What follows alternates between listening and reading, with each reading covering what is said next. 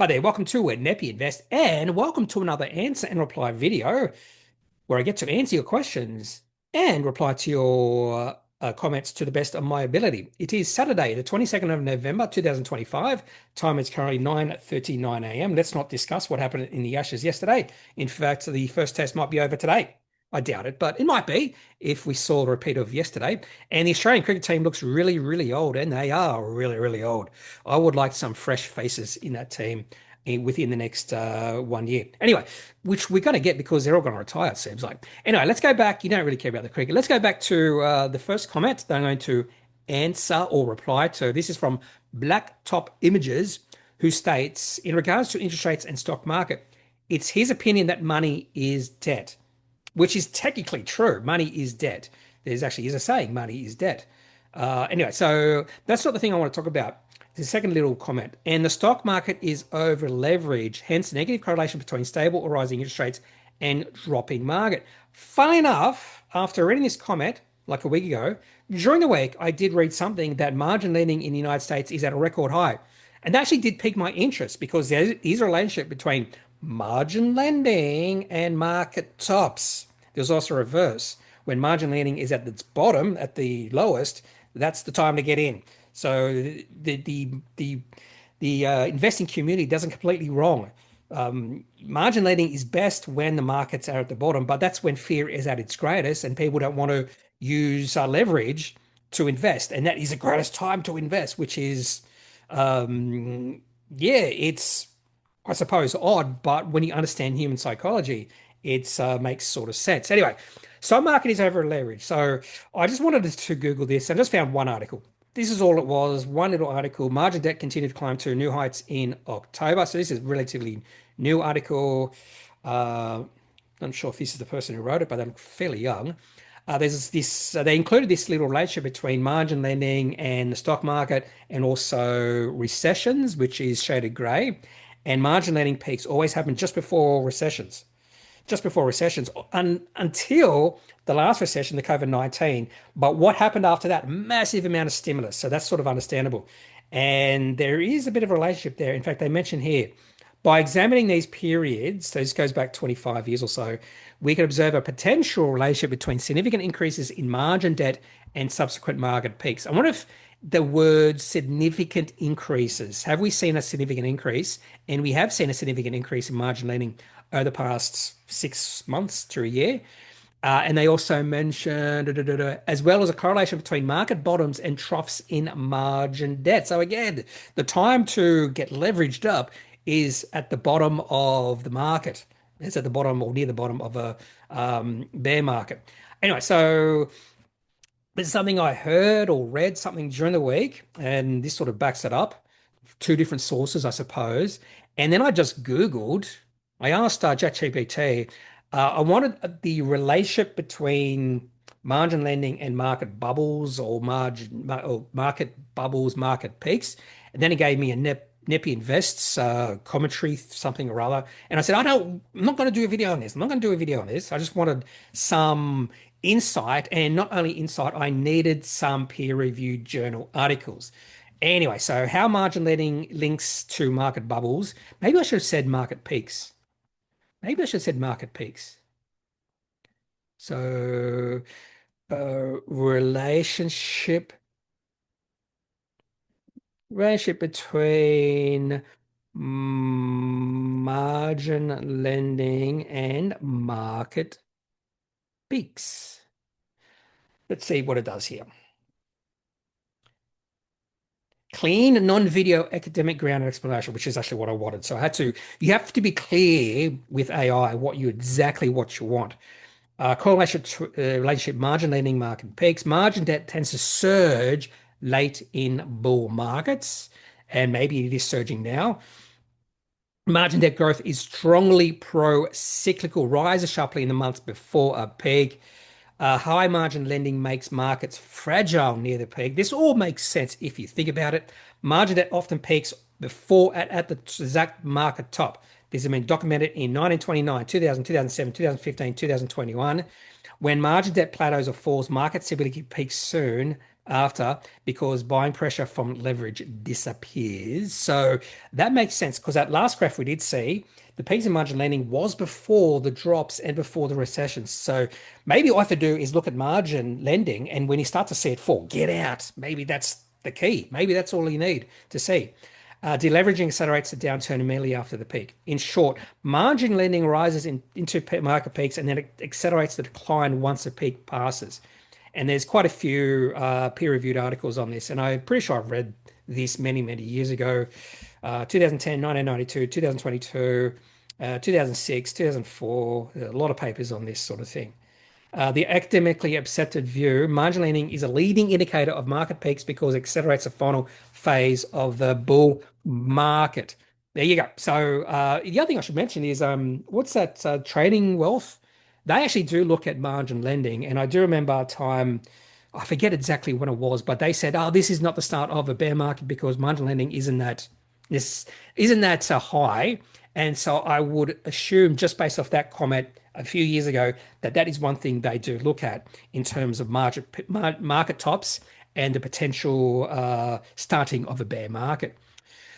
Okay, so thank you for that because I did actually think about this blacktop images, and so it's not that the market is over leveraged right now, or there's too much margin lending. I think it's very important once we see that unwinding, that is or could put pressure on the markets. But uh, blacktop images isn't talking about that. He's just saying the market is over leveraged, so decreasing interest rates actually would be beneficial for those who are margin lending. Yes, so I sort of understand that. But at this point in time, we haven't seen it dropping just yet. Maybe it has dropped in the past week. Anyway, Motivation Flavia would love your thoughts on are XRF Scientific, Xero, and WiseTech at these levels. I think I'm pretty sure I've given an answer to Xero and WiseTech, but not XRF Scientific. So what I'm going to do, I would consider all three of these companies to be near high quality or high quality. So in terms of that, let's just have a look at where these companies' share prices fit in regards to the 200-week moving average. So this is Xero. So just based off this really simplistic buying guide, Xero could be considered a buy right now, just based off this. Share price is below the 200-week moving average. Now, I think if you're confident in Xero's quality status, good buy. Share price has pulled back a fair bit. It's gone from almost $200 to 119. So you could actually maybe argue with me that Xero is really good buying right now.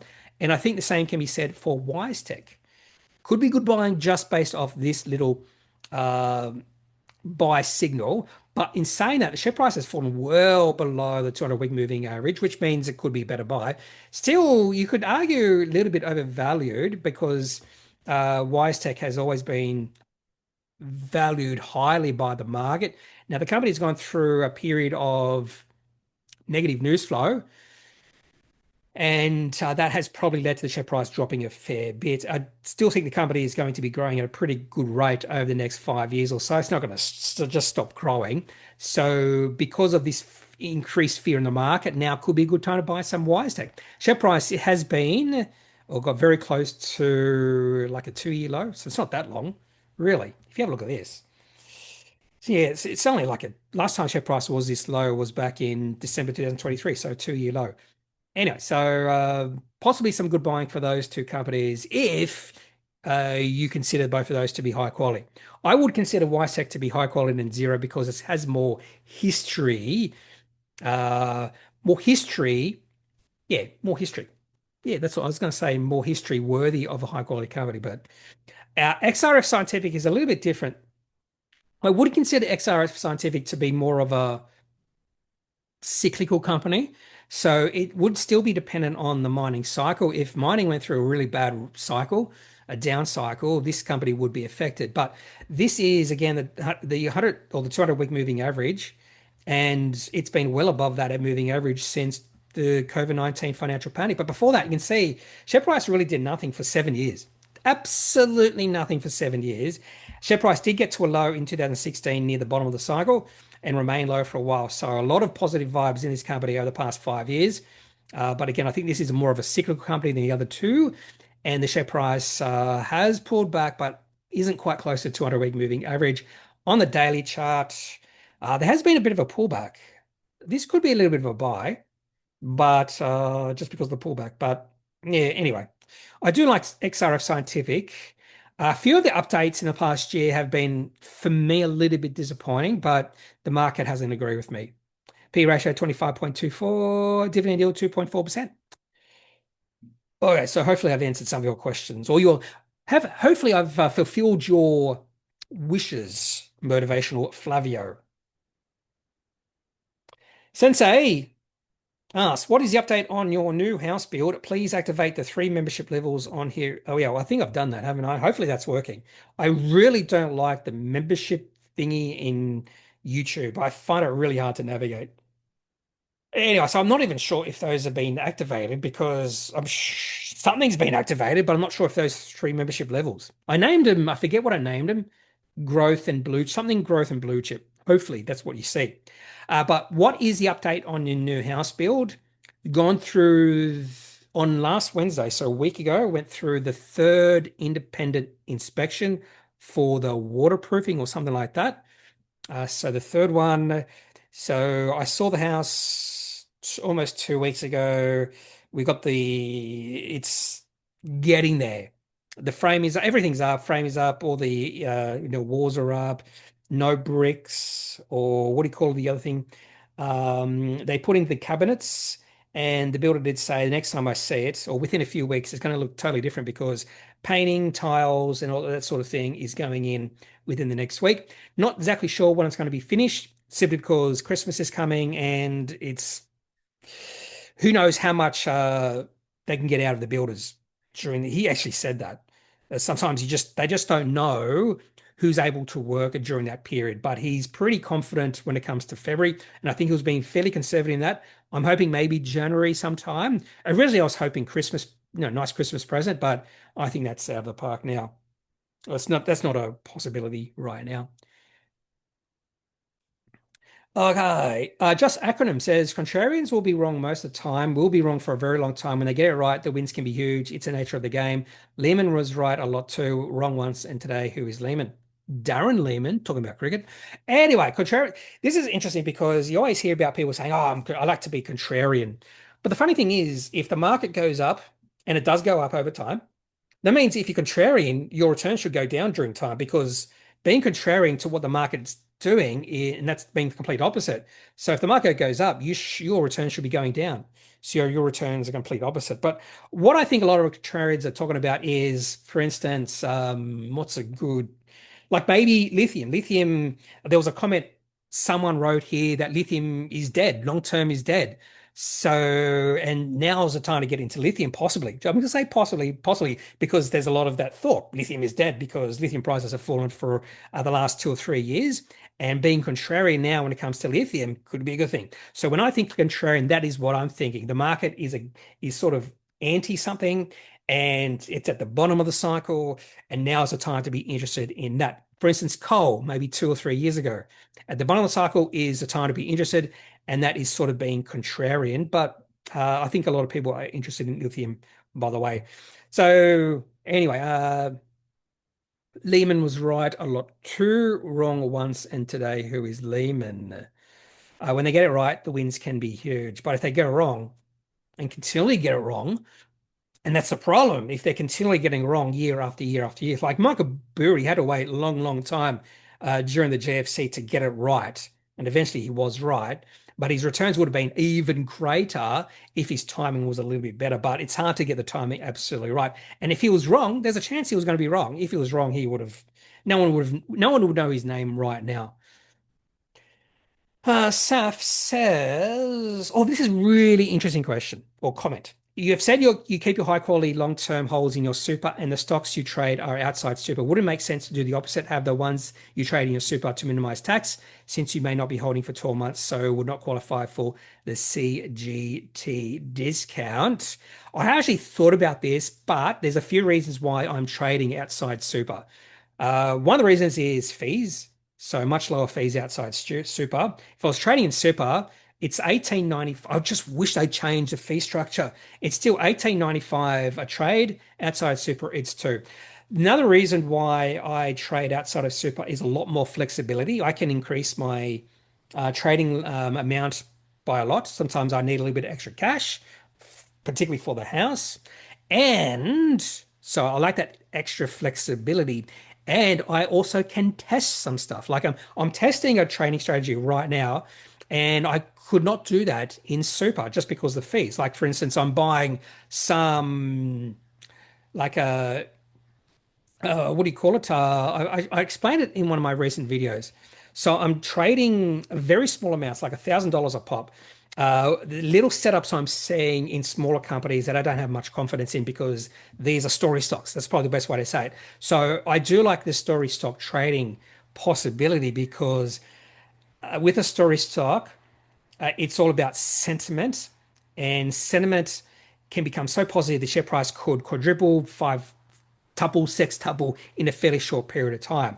And I do like that. And I've seen quite a few signals when it comes to these sort of shifts in sentiment. And I'm just testing this, see if I can do a good job out of that. So currently I have five positions in these smaller story stocks, usually mining companies. And I could not do that if I was trading in my super because I would not want to trade or spend $20 a trade in that sort of scenario. So it does give me a lot more flexibility. The other thing I should mention is I borrowed $120,000 from my parents. And the reason behind that is I wanted more flexibility when it comes to cash in my house. I wanted, and also my trip. And also, I was thinking about it. Didn't want to get a margin loan and pay 7, 8%, 9% interest. And my parents' term deposits was getting below 5%. So I said to him, hey, why don't I just give you 5% on $120,000 a year, which is really easy amount of interest. So I'm paying him $500 a month in interest, and then I can claim that back in taxes. And I've looked into this. You can do this, and it's all official, that sort of thing. And they get a better return as well. They get a better return. And for me, it's low risk. And I also said to him, based off how I perform, I'll give you 10% of my profits. Maybe I should have said that. And at this point in time, they're going to get, was it $2,000? I think it was $1,500 at the end of the year. If the end of the year financial year was right now, they'd get $1,500 from me. Anyway, so that's the main reason I'm not trading my super, simply because flexibility, fee structures, but ideally, that's where I should be trading, but I'm not. The other thing is I can actually put more international companies in my super than outside my super. I only have access right now to the New York Stock Exchange and Nasdaq. I don't have access to a lot of the other foreign exchanges in the world, but I do have access to that in my super. So there are a few reasons why I'm not doing it, but there are some slight tax advantages from trading in my super. Groovy Shoes says, oh, this is just a comment. And I think a lot, and this is more of a psychological reply, human psychology. I found your comments towards never going broke, taking profits very insightful. Have a habit of eagerly exiting positions as soon as they reach 10 to 20% gain. I don't know how you happily look at a chart showing a 20, 30% drop and call it a great pullback. Every time I see a significant pullback, I freak out. So this is just about human psychology. And that's one of the reasons why I just hate this saying, you never go broke taking profits. And whenever someone says that, I want to retort, well, you never go rich by always taking profits.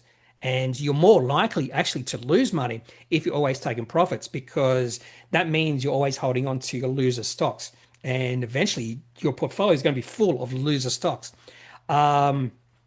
This all comes back to fear is way more powerful than greed, and being emotionally aware that when a share price of a company you own drops by a certain amount, you shouldn't be freaking out.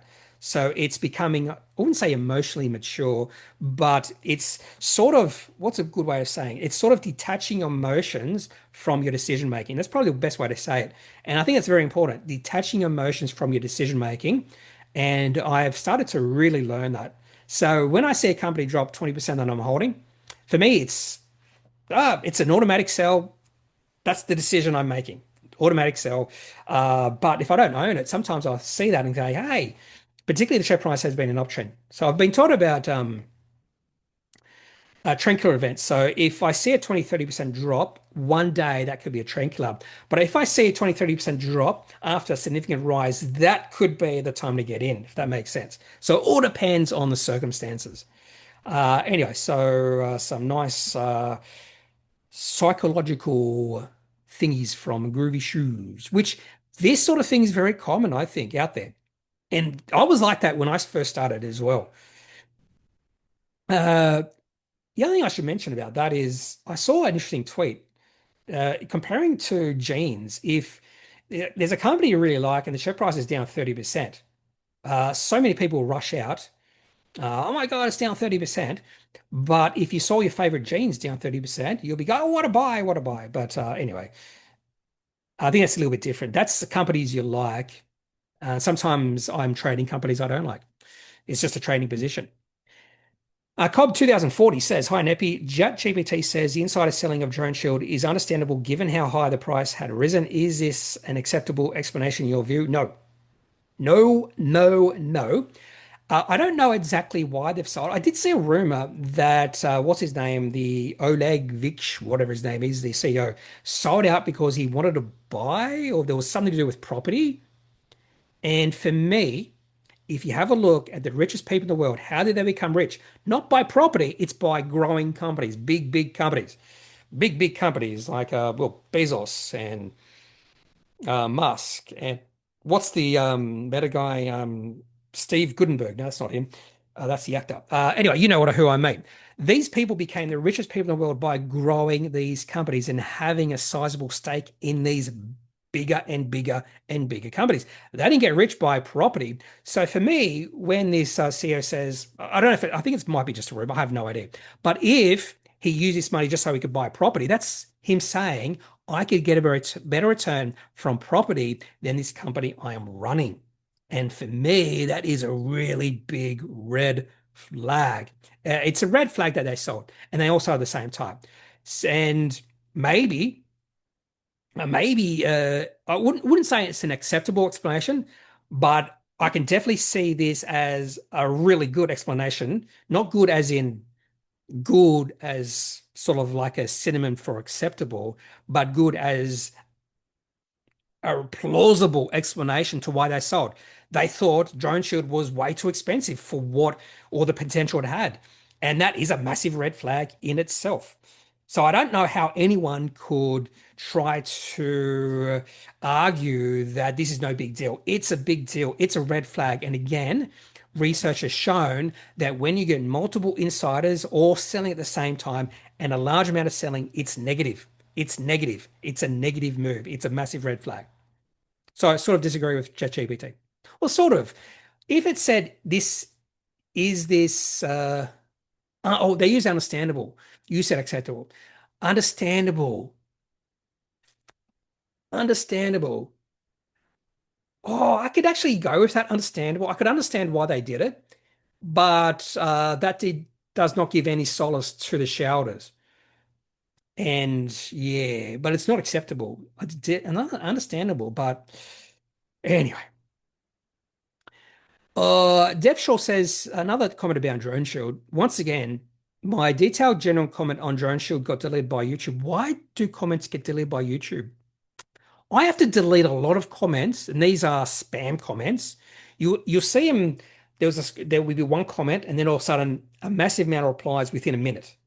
And it's all about it's name dropping. Oh, I got ripped rich by trading crypto using the genius of, and then they just name and drop some sort of person. And then within minutes, you get 10 replies, a lot of likes. I do have to delete those comments. And I wish YouTube would delete those comments for me. I just wish it happened. Anyway, that's me going on a YouTube little rant. Just a little one. There must be something wrong with YouTube algorithm. Anyway, the point is if the founder Oleg, that's his name, Oleg Vornik sells his entire stack, there is a lot to worry about the company. I've also noticed in the past 10 months, Droneshield has been trumpeting a lot about various contract wins and appointments of high-ranking ex-ADF people on board. So was it a big pump before the dump? Plateau Investment Management has already identified 17 red flags for Droneshield. Well, I haven't really looked into Droneshield all that much, but 17, you can read more about on the AFR, also search the web. Droneshield's response to ASX on price query is just superficial. I've sort of just stopped following Droneshield right now because this is such a red flag what they did. Massive red flag that I'm not even bothering to look in what they do or what's any sort of release they've got. ASIC should further investigate. I'm not even looking at what they. I also saw that they cancelled. What was it? They cancelled some sort of get together with a broker to try to alleviate all these fears by here we go. Here we go. Droneshield abruptly cancels broker call to shore up shaky investors. Yeah. So out of the shadows, Droneshield bosses to front shareholders. No, we're not doing that anymore. It's a massive red flag. No way they can actually spin this into a positive. They sold all their shares. They sold all their shares. If they were confident on the company, they wouldn't be selling all the shares. There's no way. Why would they be doing that? And then some of the bulls would say, well, they've done this in the past. Well, just because they've done it in the past doesn't necessarily mean it's going to be positive. Also read somewhere that who was it? There is either the Ukrainian government or the Ukrainian army or the Russian army are getting around this technology now. They're getting around this technology now. So that's actually a little bit of a worry that this sort of technology that Droneshield's using, we have armies getting around it. Technology, armies getting around. I'm not sure how accurate this getting around. I'm not sure how accurate this is, but yeah, actually, it was in AFR. Droneshield struggles to keep up with evolving battlefield. Drones are controlled by a rally link, and Droneshield's technology jams or blocks those signals. And apparently, either the Ukrainian government or the army or the Russian army is getting around how or what Droneshield is doing to jam those signals. So they have to keep on, what's the word? R&Ding to get ahead of what the armies are doing. There was a lot of other comments about Droneshield, which I won't discuss, I think. I think I won't. That's it, hopefully. Paul LY says, hi, Kneppy, welcome back. Are you considering NXT can be a quality and growing stock in the future? So NXT is Next Ed. And my first thoughts would be no. Sure, share price down 15%. I don't like this space. Not a big fan because a lot of these companies' performance in the future is going to be highly correlated to government regulations, which could change. This company, I think, has been doing well recently. Do they do? Let's have a look. CEO purchase of shares. That's good. If you want to have a quick look at how this company has performed. Okay, so if where's Finchap? So if I wanted to declare this company high quality, I'm going to tell you exactly what I look at. So revenue growth last 3 years, nice revenue growth, 27% and 54%. Earnings per share growth is actually quite high. So nice growth in revenue, earnings per share growth. P ratio is negative. So not profitable right now. Return to equity negative. Return invested capital negative. Gross margins 53%. Operating margins 0 point or negative 2.2. So nice growth in revenue, earnings, but the company needs to prove itself by becoming profitable on an ongoing basis. Maybe they were at one point, and that's why the share price has pulled back because, yeah, so really big increase in revenue and now a decrease in revenue. And if we have a look at profit, I'm assuming they were profitable at one point. We'll just have a look at operating income. Oh, no, not operating income. Let's have a look at net income. So operating income is quite low and negative. And yeah, the company has been barely profitable, even though it had growing revenue, margins have been slipping. And yeah, so this is not the metrics you would look for when it comes to high quality company. If we have a look at what they do, I'm assuming they have something to do with education. Yeah, something to do with, I'm not sure exactly what they do in the education field. So let's have a look at their presentation. Oh, what I should have done was open up the, so this is the AGM. I just want to see if they describe exactly what they do. Here we go. About listed private education providers delivering high quality learning experiences. So this is like a university or a college or something like that. They offer courses across the English language, vocational and higher education sectors. Programs span industries, including business, technology, design. So they're an education company. And again, I'm not the biggest fan of these type of companies because The success of this company could be highly determined by any sort of government regulation. Maybe the government of Australia bans education. They'll never do that, but who knows? Who knows? We get a fascist or the next Pol Pot, the next Pol Pot. Who knows? The next Pol Pot and all these people are dead. That's terrible. Cambodia. Anyway, so not the biggest fan. But in saying all that, one thing I do know is this company went through the wars. Not sure what caused it. You can see the share price dropping a lot. Here it is, dropping a lot. Share price went as high as almost $2 back in 2023.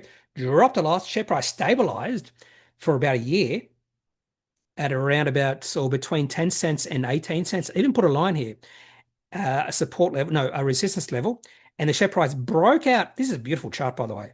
Share price broke out above that resistance level on the 21st of July this year. And then, in fact, it pulled back and tested that breakout in September, and the share price has gone a bit of a tear recently. I do like this chart. The other thing, look at the volume, massive increase in volume in late May, early June. That was a really good sign as well. So just chart wise, I actually don't mind this chart. I really like this chart for NextEd. So the only way I would be a buyer of NextEd is just trading it. So I wouldn't own this for the long term. That's just my point of view. I don't consider this company and probably would not consider this company high quality for quite a while. It needs to prove a lot to me. Okay, there you go. So that's NextEd. I do like the chart.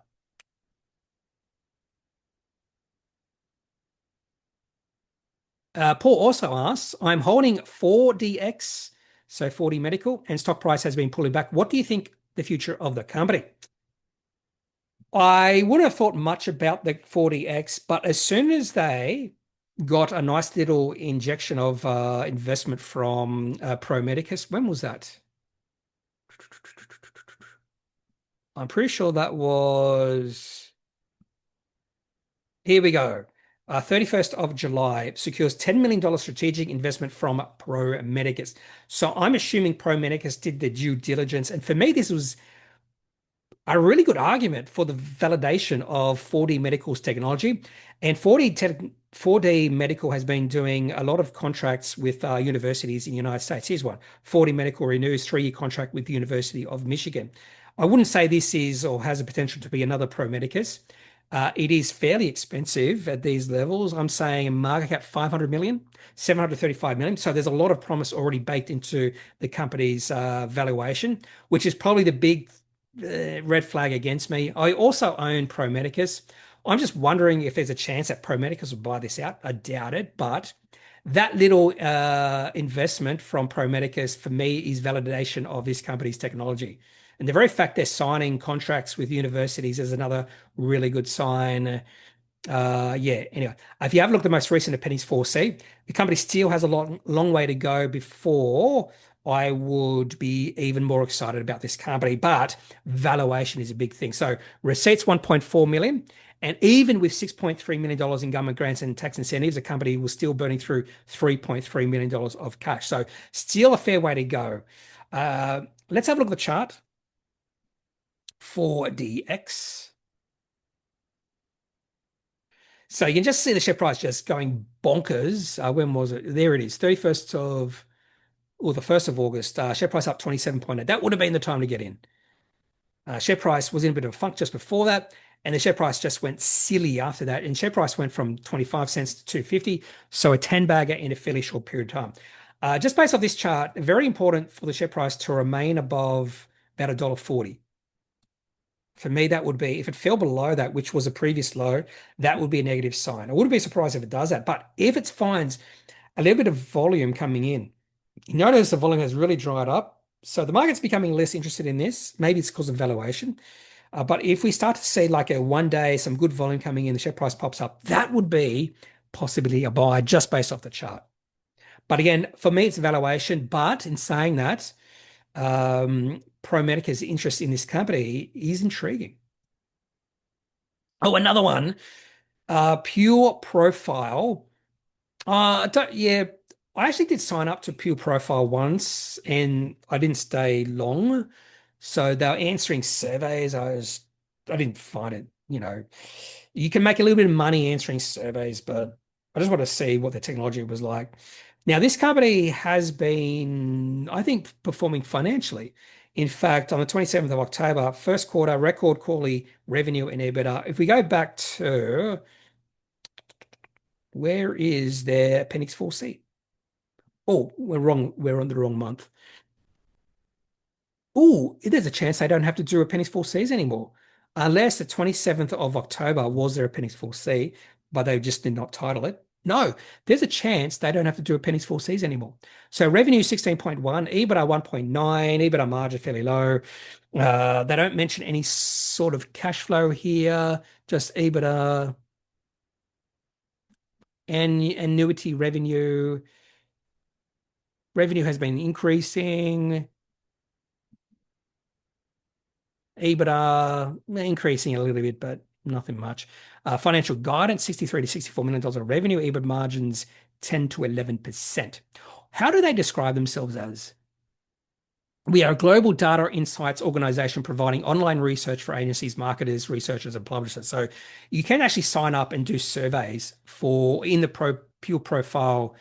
I forget exactly where I went. Pure Profile.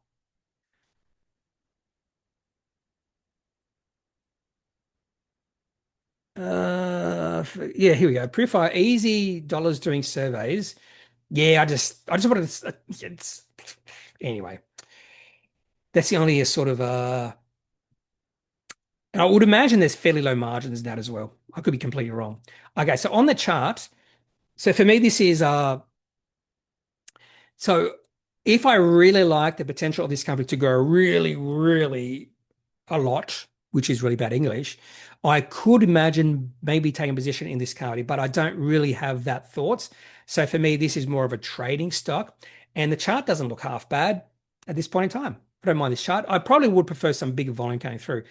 Some nice volume coming through in January. Share price has really gone sideways since then. A markup of this company is 57 million. Meh. So for me, this is like a meh sort of company. Okay. Peter 10 period is lithium is dead, long term is dead. So make your money while you can. Yeah, so still people are really negative on lithium just because it's dropped a fair bit. But we're starting to see a little bit of life in the lithium space recently. So a lot of people are still negative lithium just because it's fallen a fair bit. And we've seen this time and time again when it comes to cycles. At the bottom of the cycle, a lot of people are negative. A lot of people, but that's the time to be positive. That's the time to be positive. Anyway, Pee-wee says, have you done any commentary on Meeka Metals? I'm pretty sure I have done a few videos on Meeka. Not sure when the last one I did it on. Why I bought Meeka Metals over a year ago. No, that's 1 year ago. I bought Meeka Metals. I thought I bought Meeka Metals like 2 years ago, but it might have been. Oh, it was about a year ago. About a year ago at 9.4 cents. Two reasons why I bought Meeka Metals. They're in production. When I bought, they were just about to go into production. I liked the chart. I got in a little bit later than I would have liked to have got in. Look at the volume as well. Look at the massive increase in volume. In fact, the day I bought was the biggest volume day. I was part of that volume. The other reason was the share price was just shy of 10 cents, and I was really confident that the share price would get above 10 cents. Funny thing is, people tend to be overly confident. We all know the Dunning-Kruger effect, but research has been shown that the majority of people, particularly, well, not particularly, but the majority of people are overconfident unless you have a lot of knowledge about something, and then you tend to be your confidence is lower than it should be. It's sort of like the adage, the more you know, the less you know, if that makes sense. The more you know about something, the more you realize, the less you actually know. And the more ignorance you have, you think your knowledge on something might be really high. For instance, climate change. So many people have opinions on climate change, but I can almost guarantee you, most of these people who have opinions about climate change know nothing about climate. I've done at least a lot of climate research and work. And I just want to ask these people, what research have you done? What knowledge have you done on climate? For instance, If CO2 levels on Earth were zero, if there was no C2 on Earth, the temperature, average temperature on Earth would be negative 18 Celsius. What would be the temperature on Earth if there was no CO2? What would be the temperature on Earth? And I told someone this once, and they said that's absolutely BS on Earth. And I was just like, well, if there was no CO2. Oh, what's happening? I didn't want that. What would the temperature on Earth be without CO2? It's something like negative 18. Let's see. Oh, without carbon dioxide and other greenhouse gases that depend on it for their atmospheric presence, average sea surface temperature or surface temperature would be approximately negative 18 degrees Celsius. So I still remember saying this to someone, and this person went, "Oh, no, that's the stupidest thing I've ever heard." So obviously this person had very little knowledge and they were very confident because stupidest thing I've ever heard. And here's someone who's actually done work on this, telling them, and they'll say, no, that's the stupidest thing on earth. So carbon dioxide is actually very important, but there is a link between carbon dioxide and temperature of Earth. It's a greenhouse. And so it's really interesting when I talk about stuff that I know a lot about and people don't know much about it. And they are so confident. They are so confident. Anyway, uh, so the whole reason I've mentioned that is because I just stated I was pretty confident that the share price would get above 10 cents, but I think this was on the back of a lot of experience. And look, the share price did get above 10 cents. I just like the trend, the volume, and I do know 10 cents is a significant level. And the share price really took about 3 weeks to get above 10 cents and stay above 10 cents. And since then, I haven't even thought about selling this yet. Meeka Metals. Anyway, so I have discussed Meeka Metals, but I did, and I can't remember why or what I mentioned in the why I bought Meeka Metals, but I would assume a lot of that was technical and maybe because they're almost in production. Regis Medeiros says Nanosonics is super cheap ATM. ATM is automatic teller machine. Automatic teller machine. Anyway, ATM means at the moment, I had to think about that for a second. Nanosonics, I haven't looked, I do own Nanosonics and have not looked at this for a while in terms of valuation. This is one of those companies that I just own and I'll probably own this for a long, long time. If we have a look at the weekly chart, it's all over the place. A lot of volatility with this one. You can see a lot of negative sentiment in this company started 2020. Oh, that's a daily chart. If you have a look at the weekly chart, yeah, a lot of negative sentiment in this one about a year and a half ago, 2 years ago. And we saw a lot of positive sentiment in this company like 2 years previous to that. And this is a good chart that shows you that when the market gets excited, it gets too excited. When the market gets the opposite of excited, it gets a little bit too unexcited. Negative. And I think there was really good value in this company when it got below $3. Currently $3.97. What's the P ratio? 58.74. I'm not sure if you can really look at that. And the daily chart, just gonna have a look at the daily chart. Yeah, it's a lot of volatility in this one. Most recent financial reports from Nanosonics, I think have been pretty good. So this is one company in my portfolio that I probably wouldn't consider a high quality company, yet I still own it because I think it has the potential to be a high quality company in say 10 years. I'm willing to go through that 10-year period without even thinking about trading it. I might trade it, but not selling it. Ben Hutchins says, RE Island's priority review voucher. Didn't Neuren recently sell theirs for 50 million? I forget if that's USD or AUD. I'm assuming it's AUD. No, I'm assuming it's USD because they didn't sell the priority review voucher. It would have been Arcadia. Let me just have a look. Neuron selling. It would have been about a year ago, I think. There we go. Oh, yeah. I'm assuming AI overview is correct. Neuren Pharmaceuticals, February 2025, it received its share of the sale proceeds from its partner, Arcadia Pharmaceuticals, the sale of the rare pediatric disease priority review voucher, 150 million US was completed in Neuren, and Neuren received a third of that, 50 million US. There you go. Da, da, da, da. I'm also showing you how you Google and use AI to get answers. JH says, hi, Kneppy, is a good time to buy Procter and Gamble. The price is down a bit. First thing I'm going to do is Procter and Gamble, a high quality company. I am going to assume right now that Procter and Gamble, whoops, excuse me, that's a burp. Procter and Gamble, P&G. So is this their true company? Procter and Gamble Hygiene and Healthcare Limited. Someone told me you have to look at a screen in black. I hate black screens. I'm telling you, I hate black screens. And someone told me you should always look at black screens. No, I can't. I just don't like them. I'm assuming this is the right company. It says here BSE, PG. Here we go. This is better. New York Stock Exchange, Procter & Gamble, ticker code PG. Okay, so let's go through if I'd consider Procter & Gamble to be a high-quality company.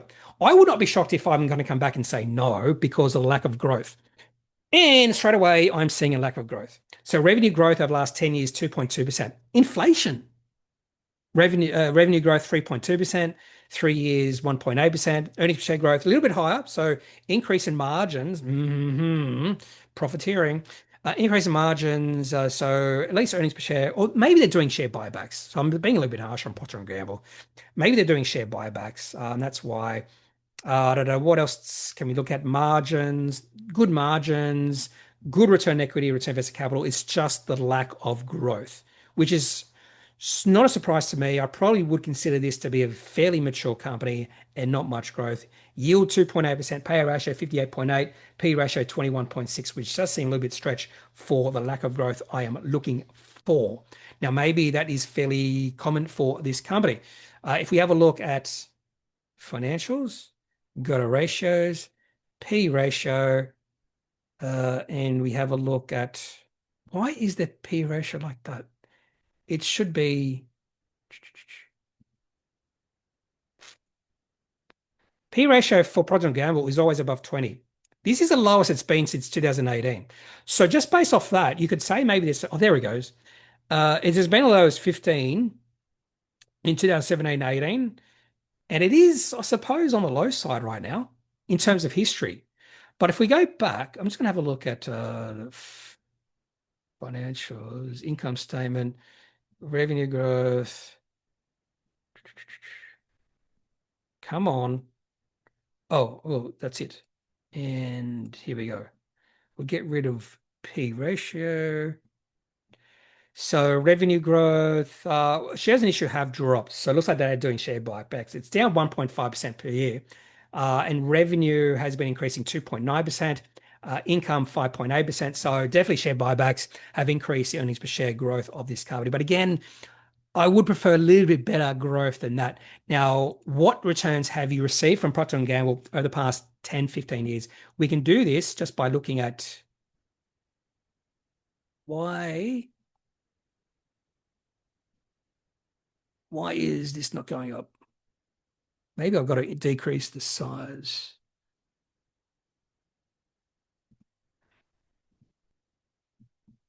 Oh, no. Anyway, so let's have a look at the return. So you can do this in Physical AI. Look at the return the last 5 years. This is total return. So 8.3%, which is actually not that bad. Over the last 15 years, no, last 10 years, 9.5%. The last 15 years, 8.9%. The last 20 years, fairly constant, 7.9%. So I would think the full returns for Procter & Gamble would be less than 10%. So if you're happy with, say, between 8 and 10% returns for Procter & Gamble, sure, I would personally, I do search for better returns than that. But this could be maybe a staple in your portfolio, maybe. I don't know. Okay, so high quality company, not there. But in saying that, let's have a look at the weekly chart just to see if this company is near the 200-week moving average. It is. Share price is below the 200-week moving average. And this has been good buying when it does fall below that moving average.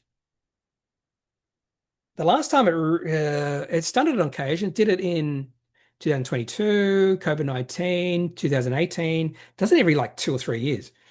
So this could be good buying if you're happy with 8 to 10% return a year. There you go. So I came away from doing that little exercise a little bit more positive about Procter& Gamble, just slightly. Oh, and he also asked about Colgate-Palmolive. P ratio is 22, seems good price too. What is your thoughts? I have never looked at this one. Is this Johnson and Johnson? I thought Colgate was owned by Johnson and Johnson. I could be completely wrong. No, for some reason, why would I have thought Johnson Johnson? Maybe Johnson Johnson owns the other toothpaste. Okay, so let's have a look at we'll do the same thing with Colgate-Palmolive. And I've definitely not had a look at this one. Let's have a look. See, revenue growth again, fairly mediocre. And even the earnings per share, in fact, the earnings per share growth over the last 5 or 10 years is below revenue growth. So a very slowly growing company, like almost at the rate of inflation. Return to equity really high, return on invested capital high, gross margins, operating margins really nice. Everything suggesting a high quality company, except really the lack of growth. Dividend yield fairly similar to Procter& Gamble, pay ratio 56.9%, and again, P ratio 22. Let's just have a look at the P ratio history of this company. And yeah, typically it's above 20, except for 2017-18. This is too similar, very similar to Procter& Gamble. Now, let's have very similar to companies in terms of what I'm looking at here. Subtly different. And the last thing I'm going to look at is returns. I would, well, over the last 5 years, it's 6.7%. Over the last 10 years, 4.2%. 15 years, 7.1%. And 20 years, 8.5%. So again, I think the returns in this moving forward will be quite low. Quite low, maybe at the best 10%. Particularly if the share price has pulled back, just like Procter & Gamble. What is the ticker code for this one? CL. Let's have a look at the chart for this one, a long-term chart. Here we go. And this one also, it's probably, share price does fall below the 200-week moving average quite often with Colgate-Palmolive. But over time, again, the share price has continually risen over time. So I think if you just held it for a long time, you'd get nice returns, but that's about it. You don't get significant returns. And now, if you really want to own this or hold it, now's a good time because the share price has pulled back a fair bit and is below the 200-week moving average. There you go. So maybe 10% returns, maybe.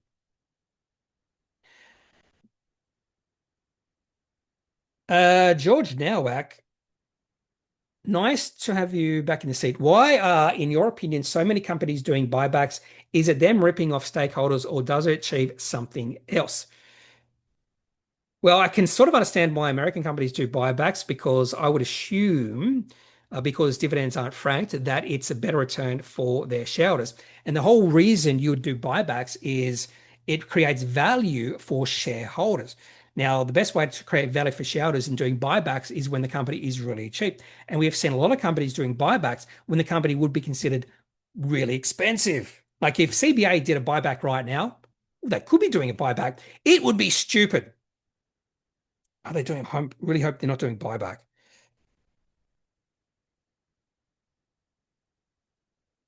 No, they haven't done a buyback. It would be, I wouldn't say mismanagement, but in my opinion, the most important job for management of companies like this is capital allocation. What do you do with the profit we are generating? How are we going to give better returns, good returns to a shareholder? So, for instance, they could do share buybacks, dividends. They could do research and development for growing the company, paying back debt. They have a lot of things they can decide upon, and doing buybacks is one decision. So, I've not done any research on this. I'm wondering if there's any research I can sort of do here. Is there research on the effectiveness of buybacks versus valuation of company? Let's see.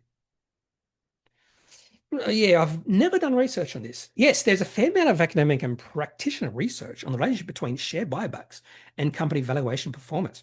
I'll summarize the major findings. There you go. Da, da, da.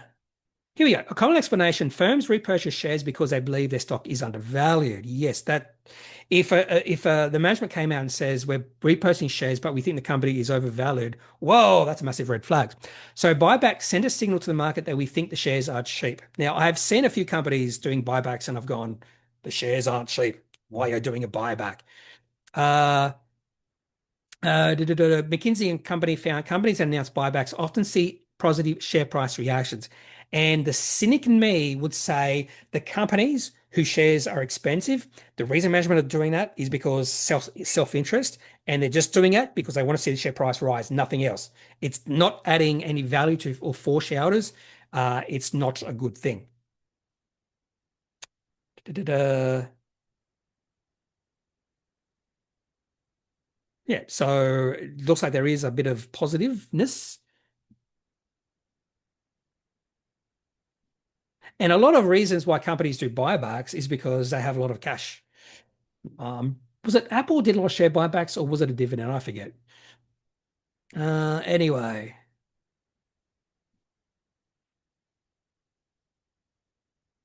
there's an earnings per share increase. That's right. I'm just okay, my view, summary for your criteria.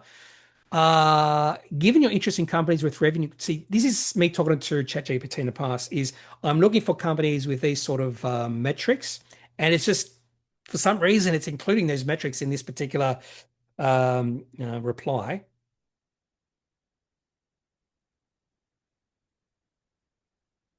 If a company meeting your quality criteria announces a buyback, especially a meaningful one, is not jeopardizing its growth, investments, capital structure, then the buyback could be a plus in terms of valuation upside. Watch out flag. If a company just meets a buyback criteria, but growth is weak, margin slipping, or return equity is declining, then the buyback may just be financial engineering. In that case, treat the buyback with suspicion. If you in your valuation modeling, say you do a DCF or use ROE growth margin assumptions, consider whether the buyback will help drive higher future free cash flow via greater earnings retention, that sort of thing. Anyway, ripping off stakeholders, or does it achieve something else? Hopefully, I've answered that. So I think it all depends on the valuation of the company. Sensei wants me to do 2025 or late 2025 version of the 30 best ASX companies since 2013. That was a 10-year period. So that's 3 years ago I did that. I can do this. If you want me to do this, give either reply in this video or give this particular comment 2 thumbs up. And I'm just going to write this down because I'll forget it otherwise. 30 best ASX. So reply to this comment or comment in this video. I can do this again, I think, because it's going to change. It's going to change. It would have changed. 6 thumbs up to this particular comment from or question from Sensei. Could you do a full review of options in Australia for people to move their super over to and have similar setup to you? Netwealth, is your one still the best, or is there a better website nowadays than Netwealth to be able to buy ASX, NASDAQ, New York Stock Exchange, other market stocks using one super? I could do this as well. I can't do it right now because I would need to do a little bit of research on this one because I have not even looked at. I am assuming there are other platforms out there right now. I would not be shocked if Hub24 doing this. Would not be shocked if there's other few other platforms are able to do this. So this probably needs a little bit more research. Yeah. So the very fact you want a review of options, I need to do. This could be a standalone video, I think. super options. And I also could probably say or talk about why I did it myself. I think some of you probably already know, but anyway, so yeah, why not? I could do that. Just a little bit of research.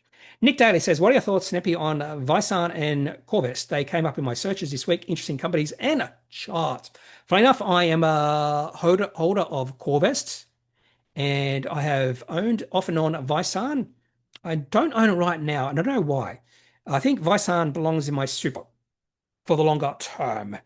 So let's have a look at Vysarn and interesting companies and charts. So Vysarn, what's it's Vysarn is what's the best way to say it? It's a well, not water treatment. It's a water management solutions company, and Korvest sells oh geez, I own it and I can't tell you what they sell because it's they still do things that galvanizer, that's it, galvanizer. And they have easy struts, stuff I don't know much about. Easy strut, cable supports, Korvest galvanizers, that sort of thing. And Vysarn is a water solutions company. Okay. I will show you the chart for both. Actually, no, what I'll do for both is we'll have a look at this first. So Vysarn, I would not describe these companies as high quality because they're fairly small, and I do think they need a little bit more time to percolate in terms of proving themselves as high quality companies, but they're definitely on their way. Vysarn's growth, revenue growth has been spectacular over the last 3, 5, 10 years. In the last 3 years, earnings per share has grown at 44.5%. So if you compare this company to, say, Colgate-Palmolive and what's the other one? Procter& Gamble, this one is hitting the revenue growth and earnings per share growth out the park. Gross margins 34.5%, operating margins 13.2%. I would assume those will grow over the next 5 years. Return on equity 12.2. Now, this is 5-year average, and return on invested capital 9.8. Wouldn't be surprised to see already those returns on equity and invested capital higher than the last 5-year average. P ratio 29.5, so not overly stretched right now.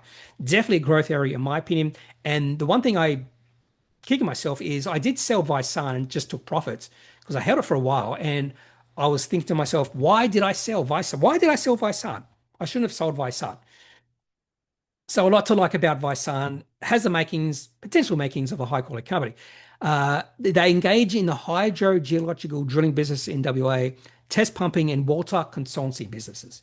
Let's have a look at the chart for this one. This is definitely on my buy list. And if I sell this, sure, the share price drop a lot.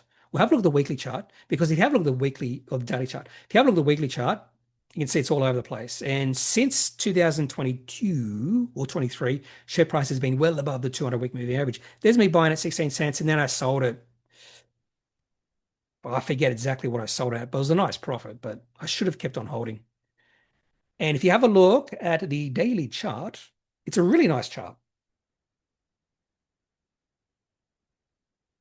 Oh, now could be a good time. The share price has popped off the 100-day moving average. That's nice. It's done a few times in the past few weeks. So this could be a nice little buy. Korvest has been around for a long time, 60 years maybe on the ASX. And really, it's done nothing in the majority of that 60 years. Done absolutely nothing. Still fairly small company, $158 million market cap. Revenue growth, 3, 5, and 10 years, all above 6.6%. Earnings per share growth over the last 3 years, 4.4%. I'd like that to be a little bit higher, but 5 years, 25.7%. P ratio 11.9. So I do think last time I looked at this, and the reason I bought it, I thought it was really cheap.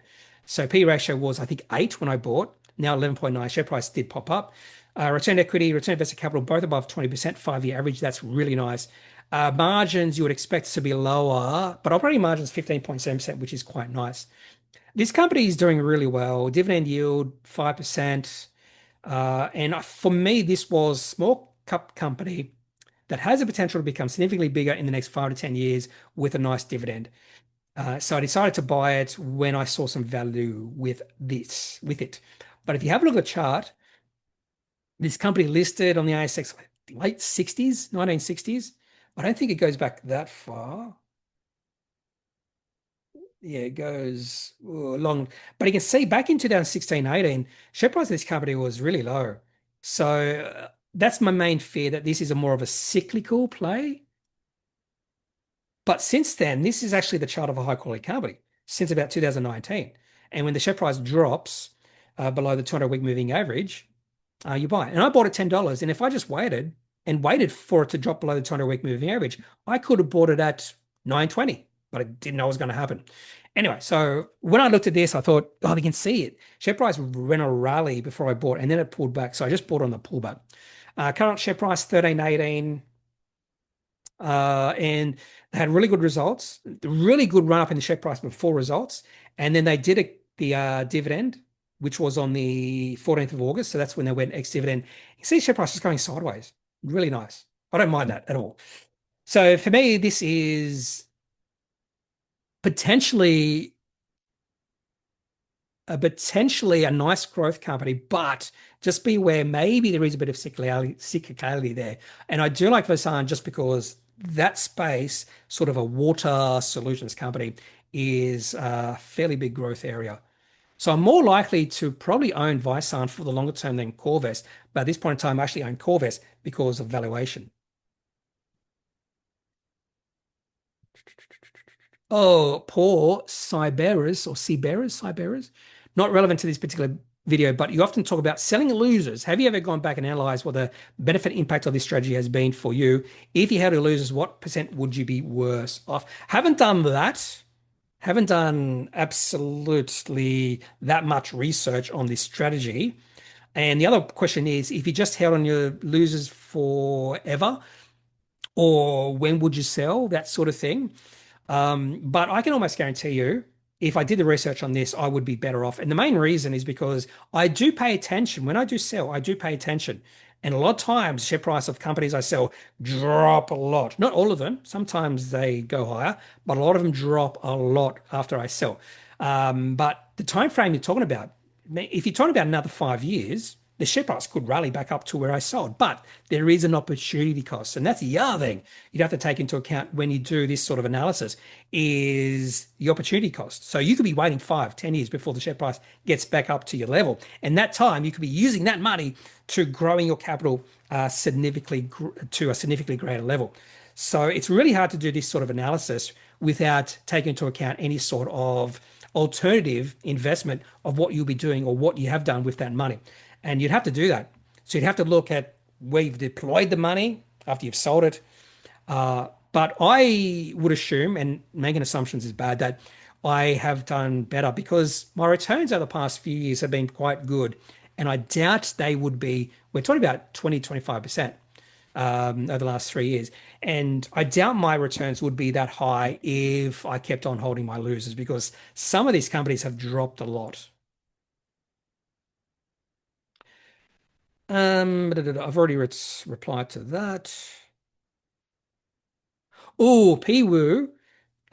Mayfield is doing a SPP at $1.90. Considering share price, current share price, do you think it is a good idea to join the SPP? Okay, so I have thought about this because I do own Mayfield Group, and I'm just having a look at my super on my other computer. And the reason I'm doing this is because I just want to know, and I want to show you my super account because it's got all my information in it. Like my account number, tax file number, stuff like that. And I just want to see how much. So my holding in Mayfield Group is fairly high. Share price is currently $2.08, so it is above the SPP. Oh, I have about a week to decide. I think. I think I have a week.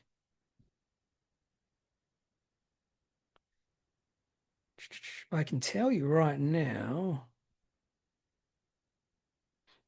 And there we go. Announcement of the SPP. Closing date is the 28th of November. Yes, so a week from yesterday. I think this is dependent. I mean, personally, I am still thinking about it. I'm still thinking about it because the share price is, what's that? That's 10% higher. The share price is currently 10% higher than the SPP price. But the question that I have is I do have a fairly big holding in this, and I don't think I would continue that holding because Mayfield Group is still a fairly small company And I still think you're going to see a lot of volatility in the share price, but they're in the right space. Share price has increased significantly. Uh, wait there. Is the share price 211? Yeah, 211. I've got for some reason I've got $2.08. No, that's not the share price. Anyway, it's 211. Not I thought it was $2.08. So yeah, the share price is currently, yeah, 10% higher than the SPP price. So oh, I'm up in the air with this one. Up in the air. The other thing I should say is how much can we buy?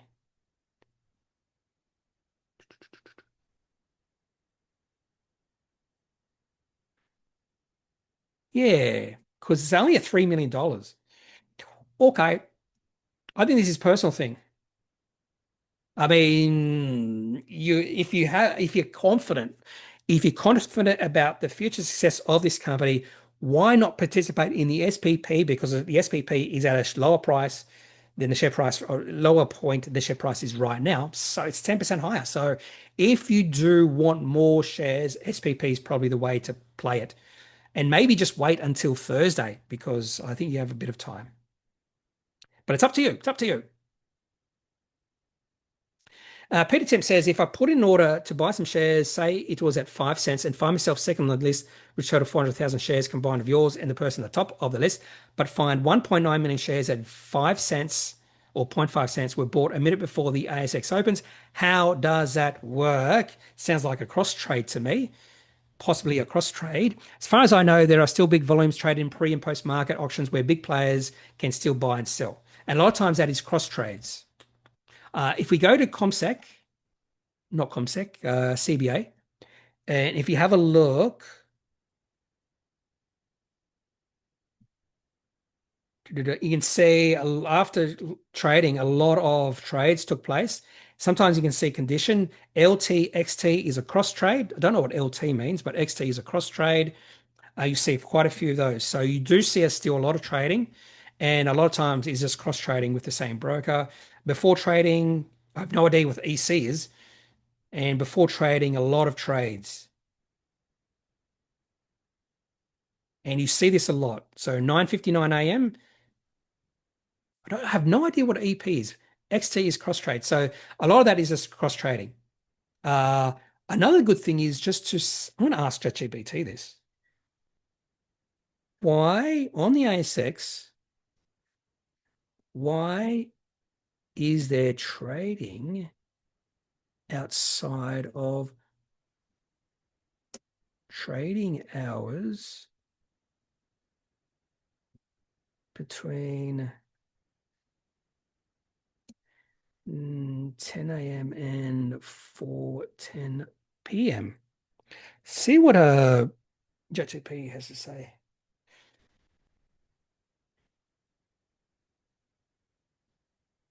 Here we go. Well, yeah, there's a pre-open. I don't think it's going to answer mine.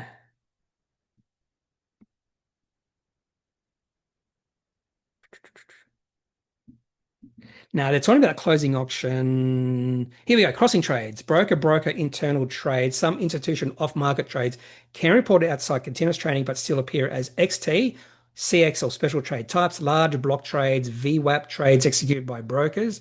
These are allowed by ASX rules and can appear outside normal hours. This dark pool, have no idea what that is. Explain, yeah. So yeah, so that's what it is. It's just some extra cross trading, that sort of thing. So it is actually quite normal. It is quite normal. You're not being dudded. You're not being market's not being manipulated, anything like that. Vin Hilly says, "What are your thoughts on Stakk?" I have mentioned Stakk a few times. They are a fintech company. The chart isn't there yet, but their revenue has risen from 1 million per year to 8 million. How do you enter position? Will you buy some shares? Does a chart need to be there for you before anything? I think I was being smart when I say you just buy some shares to enter a position. Does a chart need to be there for you before anything else? Not necessarily. So this is one I'm keeping an eye on, but for me, I need to see one very important thing. That important thing is financial success. Now they're doing a lot of signing a lot of partnerships.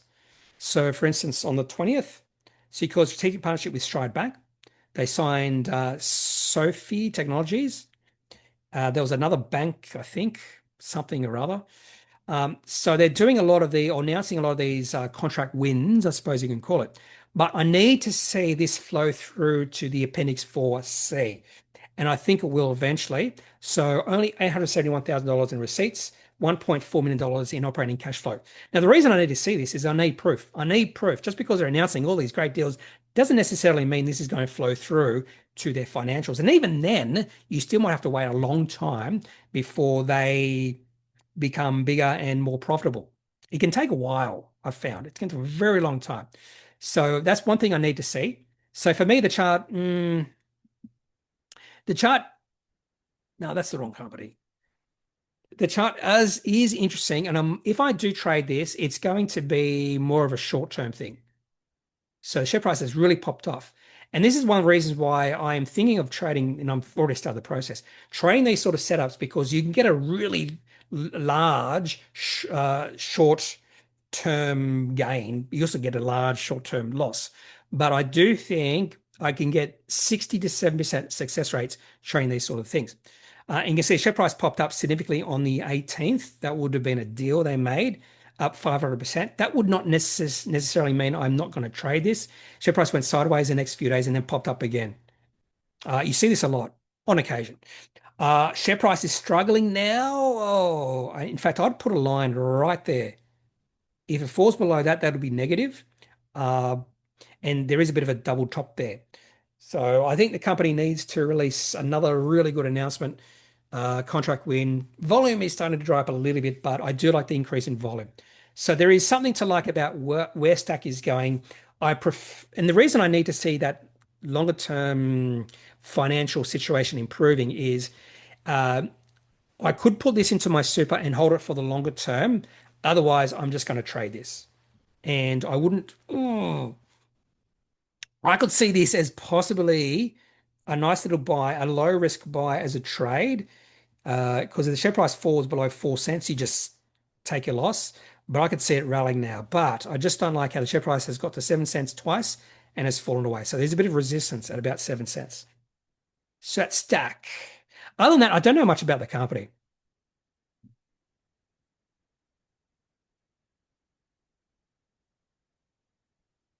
Okay, so VB ad mentions, I'm interested to hearing your thoughts about funds under management industry. I'm not the biggest fan. I'm not the biggest fan, but I do own Fiducian, which you mentioned somewhere here. In my view, there are way too many ASX companies in this industry. Australian market is small. If the ASX companies report an increase in the funds under management, it can only mean other ASX companies have declining funds under management. It is like a seesaw. It makes me think about the demise of A and B. Once upon a time, it was market leader. Fine enough, you see a lot of companies do this because what was that company that was recently bought out? Platinum Management was the star in the funds under management industry. They were the star, but it didn't last long. And then Magellan was a star. It didn't last long. And now we have GDG and all these other fund under management companies that are the stars. And I think their sunshine will eventually fade away as well. Fiducian, they're a little bit more diversified, and they have been growing. They're a small player. That's the way I look at it. They're the small player, and a lot of these other funds under management, they were small players, and then they grew and grew, and then they got too big and they fell away. So I think Fiducian has a long way to play out. But eventually, if they grow big enough, they will start to slow their growth as well. So I'm not the biggest fan of this industry at all. And I sort of do agree with you that there's too many in this area, particularly with ETFs. I'd say you don't need to just use ETFs to invest. You don't need anyone to tell you what to do with your money. I like just to I like to invest in individual companies. But if someone doesn't like to do that, instead of putting your money with a fund manager, just put your money in ETFs. If I could advise people to do that, I would, because I think ETFs are the biggest threat to these sort of companies than anything else. And I do think over time this sort of industry will shrink. I just don't think there's any need or much need anyway. Oh, Peter Timp says, I said the most stupidest thing I've ever heard, free almost energy. You sound like a communist before everybody realizes they're working for very little. Funny enough, I didn't mention this. I did reply to this. Funny enough, the biggest proponents of free almost energy are the greatest capitalists we've seen in the last 50 years. Elon Musk, Jeff Bezos, Bill Gates, quite a few others have all stated that this is going to happen. Maybe not free energy, and Bill Gates is a less bullish about it, but they've all stated that this is going to happen. In fact, Jeff Bezos recently said that we should be putting all heavy industry into space because free energy in space. Uh, there's a thing called, what's it called? Energy civilization. It's the something is a Russian astronaut. Here it is, Kardashev scale. So this is a theoretical, what do you call it? Method of measuring a civilization's level of technical advancement based on the amount of energy it is capable of harnessing and using.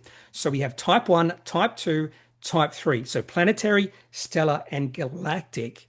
So this is just a theoretical, but there's a lot of, I think there's a lot of people out there who think, yeah, there's a lot of validity to this. So current humanity is, I think, zero point 0.7. Now, if we go back up, type 1 civilization, we're zero point 0.7. I could be wrong. Uh, so type 1, and if you have a look at the thoughts out there, that here we go. Assuming sustained economic growth, humanity may attain planetary civilization status in 100 years. So I've seen as little as 70 years, as much as 500 years.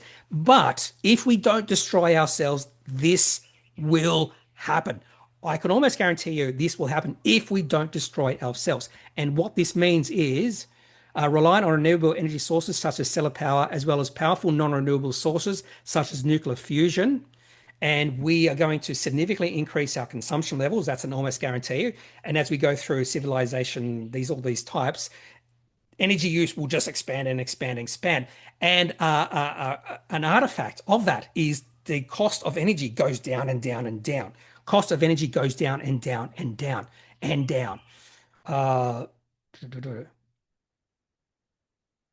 anyway, so just read this sort of thing, do research on stuff that you haven't thought about. And the very fact that some of the greatest capitalist minds are saying, hey, this is going to happen. The other thing I should mention is my parents could be one of the test cases of this. So my parents bought a battery, $8,000 battery, and they could get energy for free from now on. So I'm going to be really interested to see the next bill. They do have a little app to see how much they're giving back to the grid. And even infrastructure, everyone has to pay a little bit of infrastructure. Their energy what they're generating will cover that.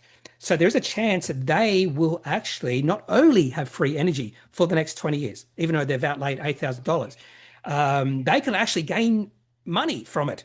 I'm going to very interested to see how it works. So the next bill.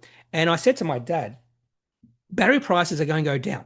It's an absolute certainty. Battery prices will go down to the point where it becomes absolutely feasible that the majority of households will have a battery in their house and generate free electricity for themselves. And yeah, we're on the way to free energy. So to dismiss this possibility is a little bit, I don't want to say ignorant, but the reason I started looking at this is I forget who it was, but one of the could have been Bezos, I forget which one. By the way, Bezos, heavy machinery in space. In space. He said it recently, I think. Blue Origin. I'm trying to get a quote from him. I saw a quote recently.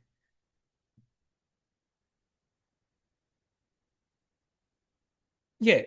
So, I mean, he said millions of people will live in space by 2045 and robots will commute on our behalf to the moon.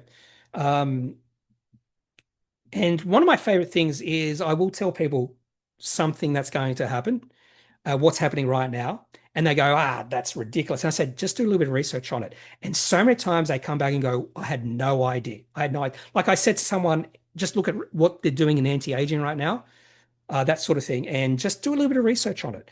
Earth's billionaires say manufacturing's future is in space.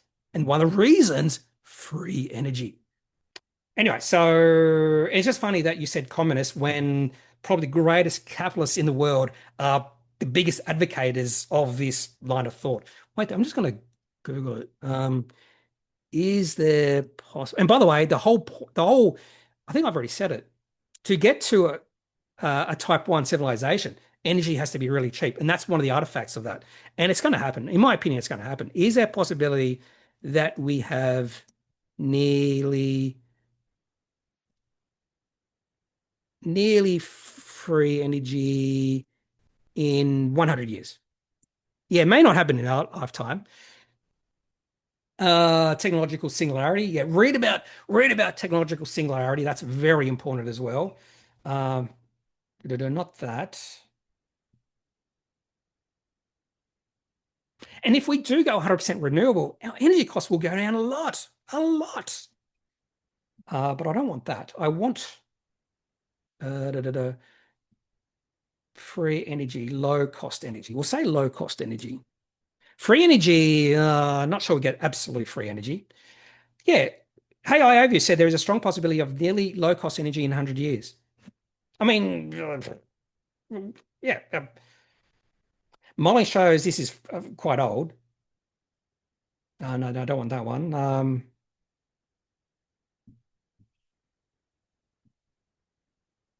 Yeah, just do a little bit of research on this sort of stuff, and I think it will blow your mind. Okay, that's all I'm going to talk about that. Oh, and Mr. VetPal mentions Lumos secured US Medicare reimbursement for debris DX yesterday. I completely missed that because the announcement was released at 1:20 p.m. So I saw the share price up 15.8%. I just thought, oh, it's just a bit of noise. But no, secures 100% USA Medicare reimbursement for February DX at 1:17 p.m. So that's why I miss it. A lot of times I forget to look at the more recent announcements. You know, a funny thing I learned about USA? So I heard some people complain that when you say America, no, you should not be saying USA is America because it's not true. But if you have a look at USA, their real name is the United States of America. Okay, have a look at Australia. What is Australia's official name? It's not Australia, it's the Commonwealth of Australia. So United States of America is just the expanded real name of the country. So if we really wanted to call ourselves by our real name, we should be saying Commonwealth of Australia all the time. But the reason I mention this is if you have a look at Mexico, what is Mexico? It's the United States of Mexico or something like that. The United Mexican States. So United States of America, if you just shorten that, it's America. If you just shorten Mexico's real name, it's Mexico, United Mexican States. Yeah. I found that really interesting. I haven't really thought about that United States of America is actually their official name. And to shorten it, yeah, America is right. I've always had a problem with that. It's not really America, it's USA, but my mind has changed now. Anyway, that is all I have when it comes to this particular video. If you have any questions, any thoughts, leave those in the comment section of this video. Otherwise, I'm not a financial advisor. If you need financial advice, make sure you seek out someone who is qualified and can speak to your own financial needs. That's it for this video. Have a good day. Bye.